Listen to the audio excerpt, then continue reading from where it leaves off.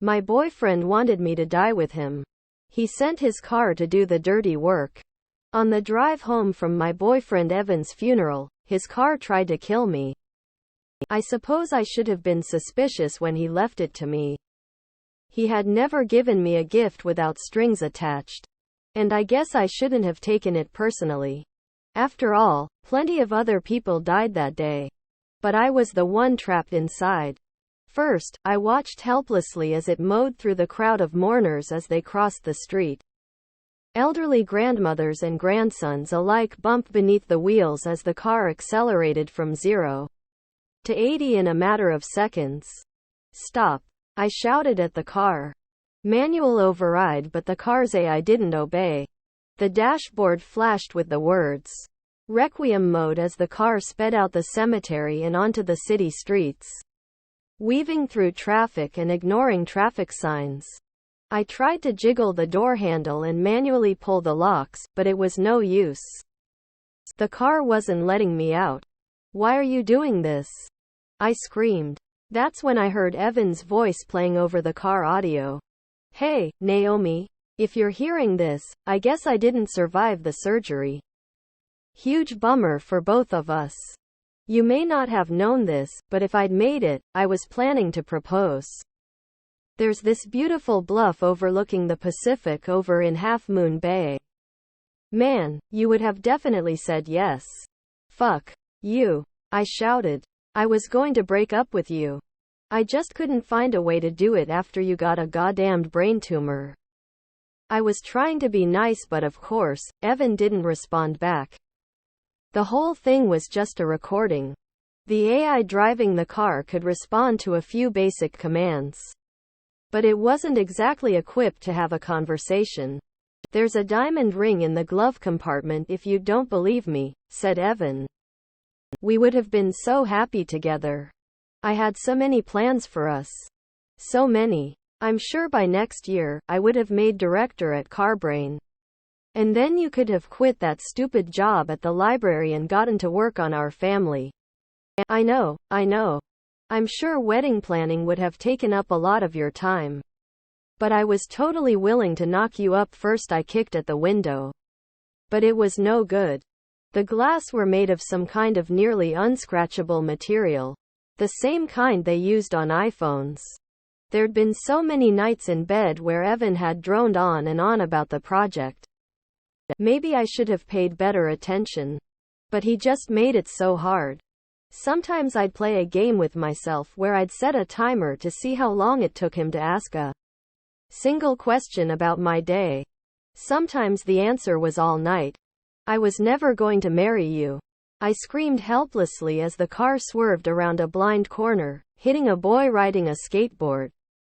The impact was so rapid that the boy practically exploded. The windshield wipers came on automatically to wash away the red spray. I was breathing so hard I thought I might pass out by that point. I tried to think back to some mindfulness exercises I'd learned in my yoga class. But I came up blank. Of course, that stuff had never worked for me. The only place I felt calm was in the library.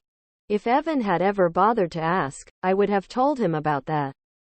How when I was 12 and my dad would come home drunk from his shift, I'd bike over there and bury myself in books until closing. How even when the rest of my world was falling apart, I knew I was safe there. The car merged onto the coastal highway, clipping a bicyclist as we accelerated. I couldn't bring myself to look back at what we'd left of him. Please, I told the car, trying to calm down. Please just stop. Please just let me out. And all the while, Evan still wouldn't shut up. Even in death. As his monologue continued, I looked all around the car for some kind of tool that would let me out. I tried clutching a key in my fist and stabbing at the glass. But I didn't even nick it. I guess brings us to now. He said. I guess I figured in case I kicked the bucket, I needed to make sure I brought you with me. I know you've never believed in all this God stuff, but I know there's some kind of afterlife. And I'm just no good without you.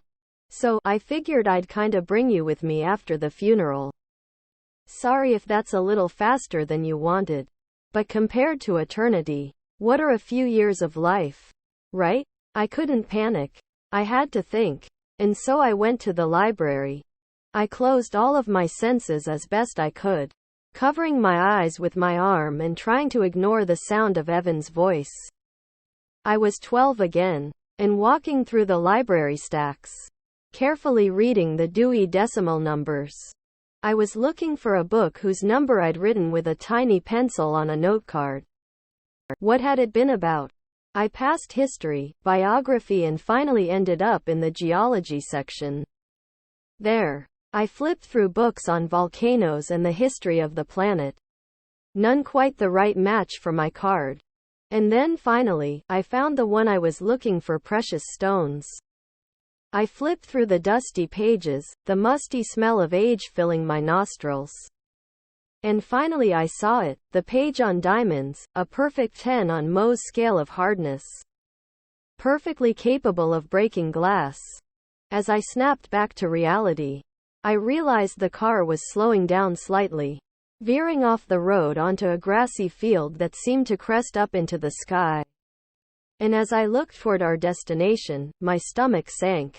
These were the cliffs Evan must have been talking about. A 200-foot drop straight into the Pacific. I reached for the glove compartment, scrambling to open it. A teal box tumbled out onto the floor, opening as it landed. For a second, I thought the ring had fallen beneath the seat, never to be seen again. Then I caught the glint of it on the floor mat.